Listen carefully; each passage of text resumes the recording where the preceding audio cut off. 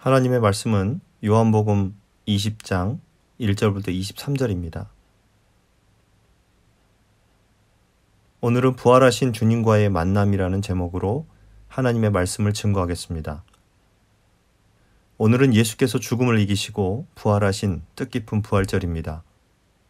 매년 부활절 때마다 이 땅의 성도들은 특별한 예배를 드리고 계란을 포함한 선물을 주고받으며 부활절을 기념합니다.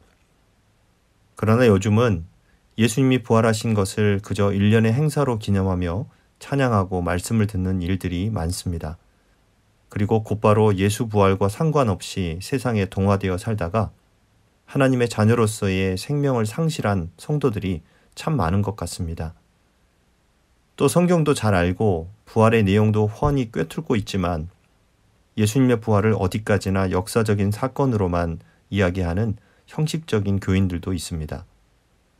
한마디로 말하면 이런 분들은 입으로는 예수 부활을 이야기하지만 실제적으로는 예수님을 아직도 무덤에 누워있는 시체처럼 취급하고 있는 것입니다. 참으로 불행한 일이 아닐 수 없습니다. 여러분은 예수님의 부활을 정말 믿으십니까? 우리가 예수님의 부활을 정말 믿는다면 부활하셔서 살아계신 예수님을 믿는 믿음의 삶이 따라와야 합니다. 우리가 예수님의 부활을 믿는다면 부활하셔서 살아계신 예수님을 날마다 만나는 체험이 있어야 합니다. 그리고 부활하신 예수님을 만난 후 우리 자신과 삶의 변화가 있어야 합니다. 성경을 보면 살아계신 예수님을 만나고 변하지 않은 사람이 한 명도 없었습니다. 오늘 우리가 읽은 요한복음 20장에는 두 부류의 사람들이 등장하는데 이들은 한결같이 부활하신 예수님을 극적으로 만나고 완전히 다른 사람이 되어버렸습니다. 이제 본문을 살펴보면서 본문에 등장한 두 부류의 모습을 통해 저와 여러분들도 나는 입으로는 예수님의 부활을 고백하고는 있지만 삶 속에서 정말로 부활하신 주님을 만나고 있는지, 그 예수님을 만나서 변화된 증거가 나에게 있는지 우리의 믿음을 점검해 보는 시간이 되었으면 좋겠고 성령께서 우리에게 깨닫는 은혜를 주시기를 원합니다. 먼저 베드로와 요한을 포함한 제자들을 살펴보려고 합니다. 요한복음을 기록한 사도 요한은 부활의 아침에 있었던 사건을 아주 자세하게 기록하고 있습니다. 안식 후 첫날 이른 새벽, 막달라 마리아는 몇몇 여인들과 함께 예수님께 향유를 부으러 무덤을 찾아갔습니다. 그런데 그 무덤을 찾아가면서 그 여인들의 마음은 참 무거웠을 것입니다. 왜냐하면 이스라엘의 종교 지도자들은 예수님이 살아생전에 내가 죽었다가 사흘 만에 다시 살아나리라 하신 말씀을 믿지는 않았지만 제자들이 혹시라도 예수님의 시신을 훔쳐가서 숨겨놓고는 예수님이 살아나셨다고 소문을 퍼뜨릴까봐 걱정을 했습니다. 그래서 빌라도를 찾아가 무덤을 단단히 지킬 수 있도록 경비병을 내어줄 것을 요청을 했고 많은 경비병들이 나와 예수님의 무덤을 지키고 있었기 때문입니다. 그래서 어떻게 하면 그 경비병들을 설득해서 예수님의 시신에 향유를 부을 수 있을까 이런 고민을 했을 것입니다. 여러분들도 그 새벽에 예수님의 무덤을 향해 가는 그 여인들이 한번 되어보세요. 그들은 아마 지난 사흘 동안 벌어진 일들이 믿겨지지 않았을 것입니다. 그렇게 사랑하고 존경했던 예수님이 참혹하게 채찍질을 당하고 십자가에 달리셨던 그 장면이 아직도 마음의 충격으로 남아 있었을 겁니다. 예수님이 십자가에서 죽으시고 무덤에 그분의 시신을 안치하기까지의 모든 일들이 도저히 현실로 받아들이기 어려웠을 것입니다. 그렇게 무덤에 도착했는데 이게 웬일입니까? 1절입니다.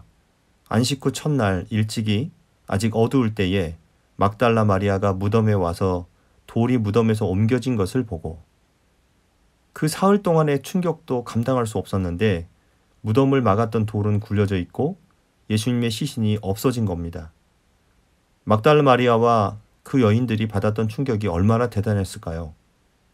너무 놀란 막달라 마리아는 이 엄청난 소식을 먼저 베드로와 요한에게 전하러 뛰어갔습니다. 2절 말씀입니다. 시몬 베드로와 예수께서 사랑하시던 그 다른 제자에게 달려가서 말하되 사람들이 주님을 무덤에서 가져다가 어디 두었는지 우리가 알지 못하겠다 하니. 베드로와 요한 역시 지난 며칠은 생각하기도 싫은 날들이었을 것입니다. 메시아로 믿었던 그분이 돌아가시는 믿기지 않는 일이 일어났는데 그 새벽에 막달라 마리아가 달려와서 예수님의 시신이 없어졌다는 충격적인 소식을 전하는 겁니다. 이 말을 들은 베드로와 요한은 무덤을 향해 바로 뛰어갔습니다. 3절 말씀, 베드로와 그 다른 제자가 나가서 무덤으로 갈새. 본문 4절과 5절을 보면 요한이 베드로보다 더 젊었던 관계로 먼저 도착은 했지만 요한은 무덤에 들어가지 않고 밖에서 무덤 안을 들여다보고 있었다고 말씀하고 있습니다. 4절과 5절입니다.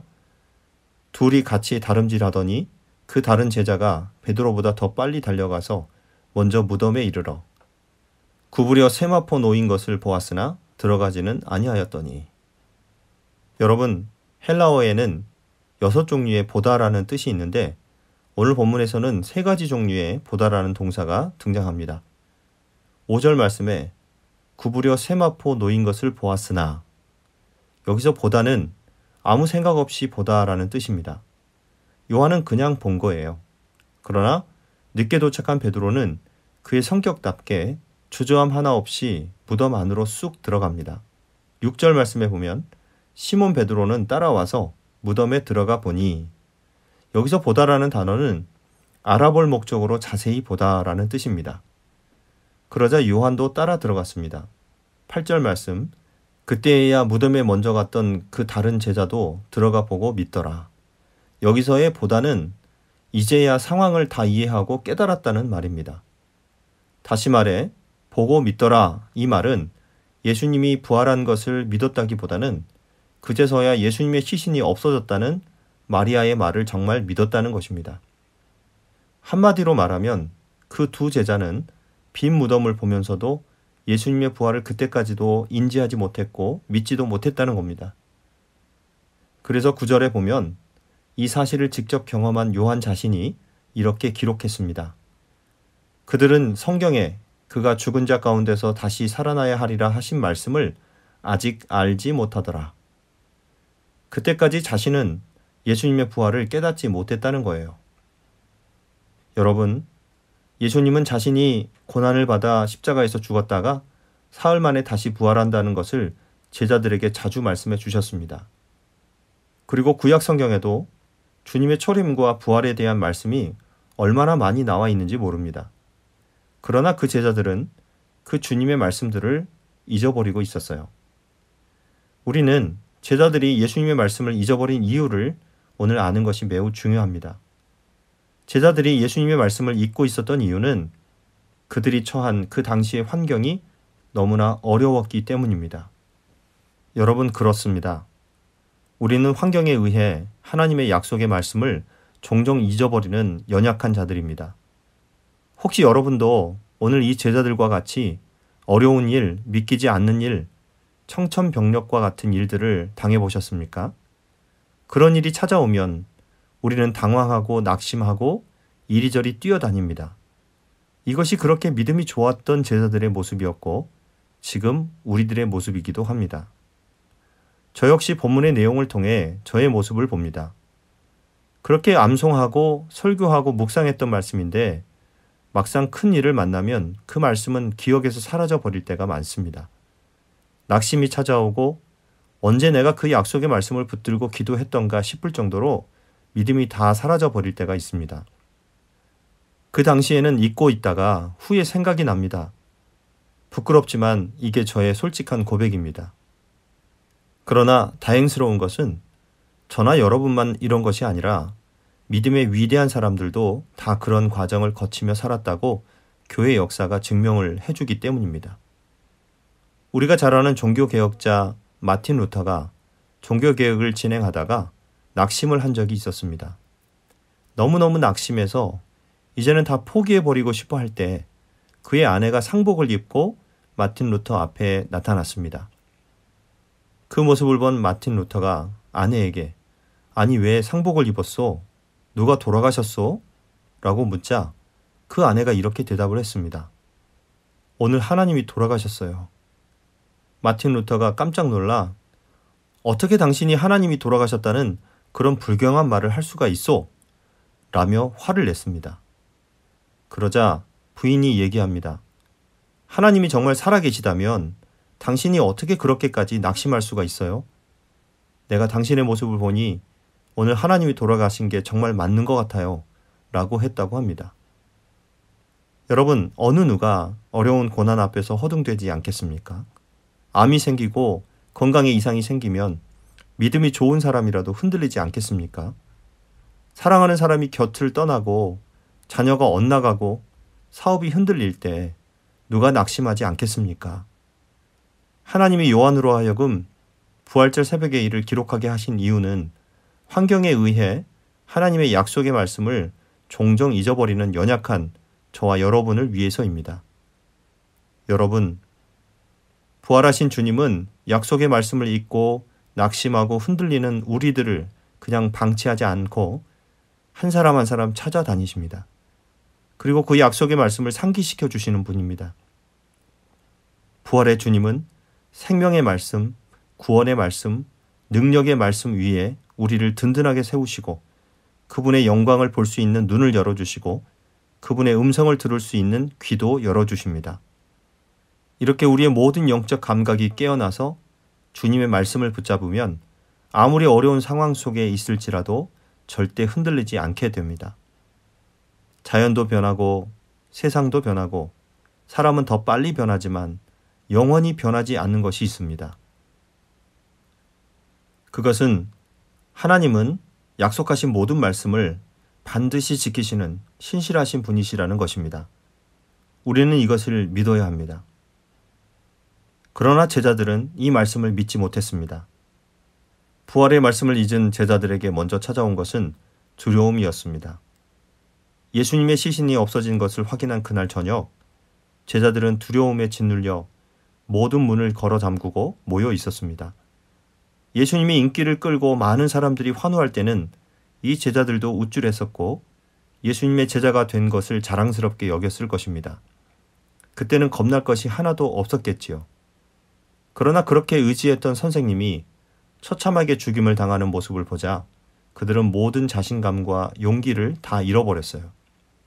또 예수님을 향해 종려나무 가지를 흔들며 호산나 호산나 찬양하던 군중들이 한순간에 돌아서서 예수님을 십자가에 못 박는 것을 보며 군중이 얼마나 간사한지도 알았을 거예요. 선생님도 비참하게 죽인 군중들이 예수님의 제자인 자신들을 가만히 두지 않을 거라는 생각이 드니 겁이 났을 것입니다.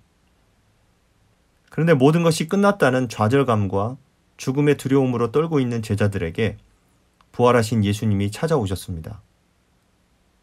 여러분, 살아계신 주님이 제자들의 눈앞에 서서 샬롬, 너희에게 평강이 있을지어다 말씀을 하실 때 제자들의 마음이 어떠했을까요? 제자들은 그제야 예수님이 부활하실 거라는 말씀이 기억이 났을 것입니다. 그리고 그 말씀이 이루어진 것을 보고 예수님이 정말 메시아이심을 확실하게 믿었을 것입니다. 부활하신 예수님을 만나자 제자들의 가슴을 누르던 공포도 두려움도 다 사라지고 평안이 찾아왔습니다. 그리고 기뻐했다고 성경은 말씀하고 있습니다. 예수님은 제자들에게 샬롬 하시고는 내 손을 보라, 내 옆구리를 보라 하시며 부활하신 몸을 확인시켜 주셨습니다. 그리고 제자들에게 사명을 주셨죠. 21절 중반절에 보니 아버지께서 나를 보내신 것 같이 나도 너희를 보내노라. 이렇게 엄숙한 소명을 그들에게 주시며 성령을 불어넣어 주셨습니다. 22절 하반절과 23절 말씀입니다. 성령을 받으라. 너희가 누구의 죄든지 사하면 사하여질 것이요 누구의 죄든지 그대로 두면 그대로 있으리라. 결과적으로 부활하신 예수님으로부터 사명과 성령을 받은 제자들은 두려움이 없어지고 평안해졌습니다. 그리고 담대해졌습니다. 여러분, 인생을 산다는 것은 어떤 면에서는 두려움 그 자체입니다. 사람들의 마음속에는 본능적으로 공포심이 다 있습니다. 욥기 3장 25절에서도 욥이 이렇게 고백합니다. 내가 두려워하는 그것이 내게 임하고 내가 무서워하는 그것이 내 몸에 미쳤구나. 욥은 부자여 성공한 사람으로 누구나 부러워할 만한 위치에 있는 사람이었습니다. 그러나 그가 형통한 삶을 살 때에도 마음속에는 두려움과 무서움이 있었다고 고백을 했습니다. 요즘은 불확실한 미래와 취업에 대한 불안, 또 경쟁에서 밀리면 어쩌나 하는 생각 때문에 두려움에 시달리는 사람들이 너무 많습니다. 병에 걸리면 어떻게 하나, 쓰러지면 어떻게 하나, 자녀들을 어떻게 교육시키나, 노후는 어떻게 대비하나 하는 불안과 공포에 짓눌려 살아가는 사람들이 또한 너무나 많습니다. 여러분, 내 마음에 평안을 유지할 수 있는 방법, 또 불안이나 공포를 뛰어넘어 담대하게 현실과 직면할 수 있는 방법은 부활하셔서 나와 함께 인생을 걸어가는 주님을 매일 만나는 것뿐입니다. 앞으로 어떻게 살까 하는 불안 때문에 우리가 잠 못 이룰 때, 나는 도저히 살아갈 용기가 없다고 말할 때 부활하신 주님은 찾아오셔서 우리에게 샬롬의 은혜를 주십니다. 요한복음 16장 33절입니다. 이것을 너희에게 이르는 것은 너희로 내 안에서 평안을 누리게 하려 함이라. 세상에서는 너희가 환난을 당하나 담대하라. 내가 세상을 이겨노라. 세상을 이기고 죽음을 이기고 죄를 이기고 부활하신 주님이 우리의 보호자가 되시고 우리와 동행하신다는 것을 믿으시기 바랍니다. 그리고 샬롬, 평강이 있을지어다 하시는 주님의 음성을 말씀을 통해서 기도하면서 날마다 듣는 은혜가 여러분에게 있기를 바랍니다. 그리고 먹고 사는 일 때문에 너무 두려워하지 말고 하나님이 주신 사명을 가지고 살아가시기 바랍니다. 복음의 사명, 영혼을 사랑하는 사명을 저와 여러분들에게 주셨으니 이제는 이 사명을 위해 살아가시기 바랍니다. 여러분, 그렇게 두려움에 떨던 제자들은 부활하신 예수님을 만나고 나서 완전히 변화되었습니다. 부활하신 주님을 만나면 저와 여러분도 그렇게 변화될 수 있습니다. 이것이 설교로만 끝나지 않고 여러분의 삶의 현장에서 날마다 체험되는 사건이 되기를 간절히 축원합니다. 두 번째로 막달라 마리아를 살펴보려고 합니다. 막달라 마리아는 슬픔의 대표 인물입니다. 그녀는 예수님이 십자가를 지고 골고다를 오르실 때에 가슴을 치며 슬퍼하는 여자들 속에 끼어 있었던 여인입니다. 그리고 누구보다도 사랑했던 예수님이 처참하게 죽는 모습을 보면서 깊은 슬픔에 빠진 여인입니다. 온 마음으로 예수님을 사랑했던 막달라 마리아는 아마 사흘 전 예수님의 장례를 치르면서 마음의 상처를 입었을 것입니다. 해가 저물면 안식일이라 예수님의 장례를 치를 시간이 한두 시간밖에 없었습니다. 아리마대 요셉과 니고데모와 그 외의 여인들이 힘을 모아서 예수님의 시체를 서둘러 십자가에서 내리고 예수님의 몸을 씻기고 향유를 바르고 세마포로 싸는데 시간이 너무 촉박했습니다. 그래서 서둘다 보니 대강대강하고 넘어갔을 수도 있습니다. 제대로 장례를 치르려면 이틀 사흘이 걸리는 하나의 예식인데 한두 시간 안에 대충 해서 무덤에 안치했으니 예수님을 사랑한 마리아는 상처를 받았을 것입니다. 그래서 사흘째 되는 날 시체지만 조금이라도 더 잘 해드리고 싶은 마음에 향유를 가지고 무덤으로 달려갔는데 예수님의 시체가 보이지 않으니 마리아는 슬픔으로 억장이 무너졌을 것입니다. 11절을 보면 마리아는 울고 있었다고 말씀하고 있습니다. 마리아는 무덤 밖에 서서 울고 있더니 또 15절에 보면 그때 부활하신 예수님이 마리아를 찾아오셔서 왜 울고 있느냐라고 물었습니다. 그런데 마리아는 슬픔에 젖어 있어서 주님을 알아보지 못하고 그가 동산지기인 줄 알고 주여 당신이 옮겼거든 어디 두었는지 내게 이루소서 그리하면 내가 가져가리이다 라고 말을 합니다. 그리고 16절에 보면 그때 예수님이 마리아야 하고 부르셨습니다. 평소에 마리아야 하고 부르시던 예수님의 음성을 들었을 때 마리아의 표정이 어떻게 변했을지 상상이 가지 않습니까? 그 슬프던 얼굴이 기쁨으로 활짝 피었을 것입니다. 눈물을 흘리던 눈은 기쁨으로 광채가 났을 것입니다. 여러분, 부활하신 예수님을 만나자 마리아의 슬픔이 변하여 기쁨이 되었습니다. 이사야 61장 3절의 말씀대로 무릇 시온에서 슬퍼하는 자에게 화관을 주어 그 죄를 대신하며 기쁨의 기름으로 그 슬픔을 대신하며 찬송의 옷으로 그 근심을 대신하시고 그들이 의의 나무 곧 여호와께서 심으신 그 영광을 나타낼 자라 일컬음을 받게 하려 하심이라. 바로 이 기쁨을 마리아가 체험한 것입니다. 살아계신 주님을 만난 사람은 슬픔이 변하여 기쁨이 되는 은혜를 체험할 수 있습니다. 우리 모두는 인생을 살고 있습니다.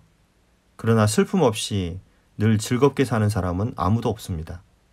인생 그 자체가 눈물이고 슬픔이기 때문입니다. 저의 가슴에도 여러분의 가슴에도 슬픔이 있어요. 겉으로는 웃지만 뒤에는 눈물이 있습니다. 우리 모두는 슬픔 외에는 아무것도 보이지 않고 믿었던 약속의 말씀도 사라져버리고 주위 사람들의 권면도 귀에 들어오지 않을 때가 있습니다. 그래서 마리아처럼 부활하셔서 나를 부르시는 예수님의 음성을 들어야 합니다. 그래야 슬픔 많은 이 세상을 이기고 웃으며 살 수가 있습니다. 살아계신 주님을 만나야 감당할 수 없는 슬픔을 딛고 일어날 수 있는 것입니다. 오늘 예배를 함께 드리고 있는 여러분 가운데에는 사랑하는 사람을 먼저 천국으로 보낸 슬픔을 가진 분들이 꽤 있으실 것입니다. 남편을 혹은 아내를, 자식을 혹은 부모를, 형제를, 친구를 먼저 떠나보내고 몇 년이 지나도 그 슬픔이 가시지 않는 분들이 계실 것입니다. 그러나 마리아의 이름을 부르시듯이 우리의 이름을 부르시는 부활하신 주님의 음성을 듣는다면 그 슬픔과 눈물을 딛고 항상 기뻐할 수 있는 사람이 될 수 있습니다. 왜냐하면 예수님 안에서는 먼저 보낸 모든 분들과 다 부활해서 영원히 함께 살 수 있는 축복이 약속되어 있기 때문입니다. 이런 것 말고도 인생을 살다 보면 우리는 이런저런 슬픈 일을 당합니다. 슬픔 외에는 아무것도 보이지 않고 그렇게 믿었던 약속의 말씀도 사라져버리고 주위 사람들의 권면도 귀에 들어오지 않는 그런 슬픔을 당해본 적이 있을 것입니다. 지금이 아니라도 앞으로 우리는 그런 슬픔을 당할 것입니다. 당할 수 있습니다. 그런데 우리가 이러한 슬픔에 빠져 있을 때 주님은 우리를 방치하지 않으시고 찾아오셔서 마리아야 하고 불러주십니다. 여러분, 주님은 이런 분이십니다. 오늘 이 말씀은 우리를 위한 것임을 기억하십시오. 부활하신 주님, 살아계신 주님을 매일 만나며 우리는 그 속에서 기쁨을 회복할 수 있으며 슬픔을 이기고 매일매일 기뻐하는 사람으로 바뀔 수 있습니다. 이것을 믿으시기 바랍니다. 설교를 듣다가 찬양을 하다가 기도하다가 또 예배를 드리다가 마리아야 하고 부르시는 주님의 음성을 들으시기 바랍니다. 모든 눈물을 씻겨주시는 주님의 손길을 체험하게 될 것입니다. 여러분, 부활의 신앙을 이야기하면서도 살아계신 주님을 만나 날마다 내가 변화되는 모습을 확인하지 못한다면 그것은 불행한 일입니다. 약속의 말씀을 꼭 이루어 주시고 우리의 슬픔을 기쁨으로 바꾸어 주시고 두려움을 제거하여 주시는 은혜를 체험해야 합니다. 그런 은혜를 체험하면서 우리도 모르는 사이에 변하는 것입니다. 금방 봐서는 변하는 것 같이 보이지 않지만 나중에 가면 변화돼서 예수님을 닮아가는 것입니다. 오늘 부활절 아침 여러분 모두 부활의 주님을 만나시기를 축복합니다. 그분을 만나면 슬픔이 떠나갈 것입니다. 두려움이 떠나갑니다. 주님을 만나십시오. 말씀 위에 굳건히 서서 사명자로 살아갈 수 있습니다. 이런 복된 삶을 사는 저와 여러분들 되시기를 주님의 이름으로 간절히 축원합니다. 오늘 결단의 찬양은 옷자락에서 전해지는 사랑입니다. 이 찬양을 함께 부르면서 우리 함께 결단의 기도를 드리고 예배를 마치겠습니다.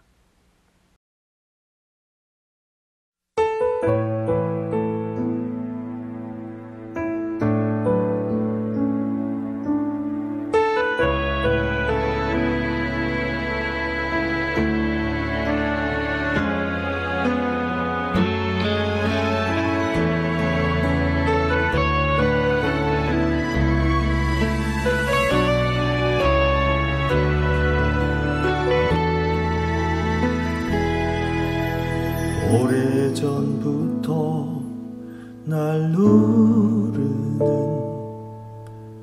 내 안에 깊은 절망, 아무 어떤 기대도 내겐 없는데 사람들의 외면과 날 거절하는 눈빛 아픈 상처로 짙은 어둠으로 깊이 빠져만 가는데 어디선가 내게 들리는 하나님 아들 주님 이야기 그분이라면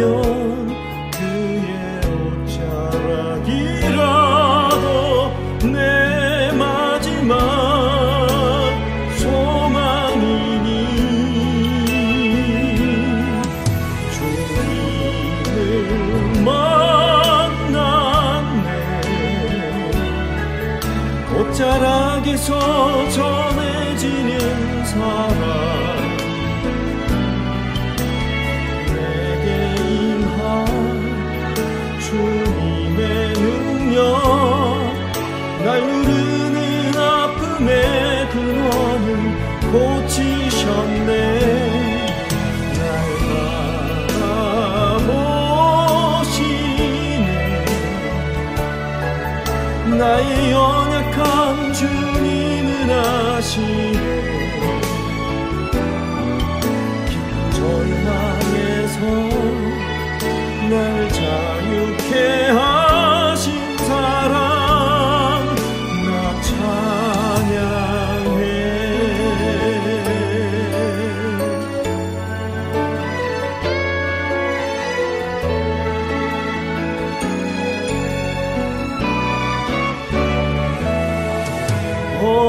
어디선가 내게 들리는 하나님 아들 주님 이야기 그분이라면 그의 옷자락이라도 내 마지막 소망이니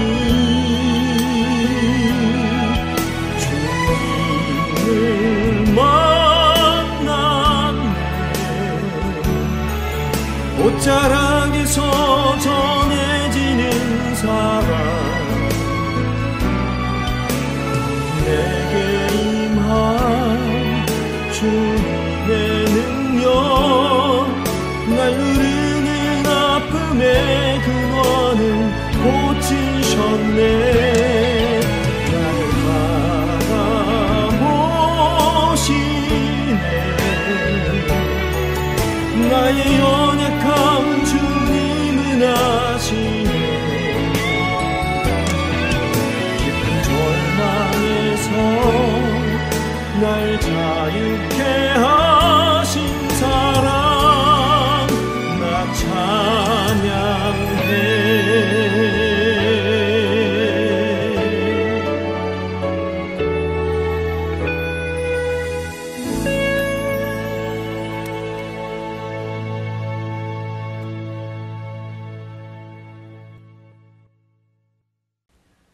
살아계신 주님, 부활을 통하여 이 땅에 소망을 주신 주님, 사망의 권세를 이김으로 슬픔과 두려움에 짓눌려 삶의 소망을 잃어버린 모든 사람들에게 희망을 주신 주님, 머리 숙인 주의 자녀들을 오늘 이 시간 만나 주시옵소서.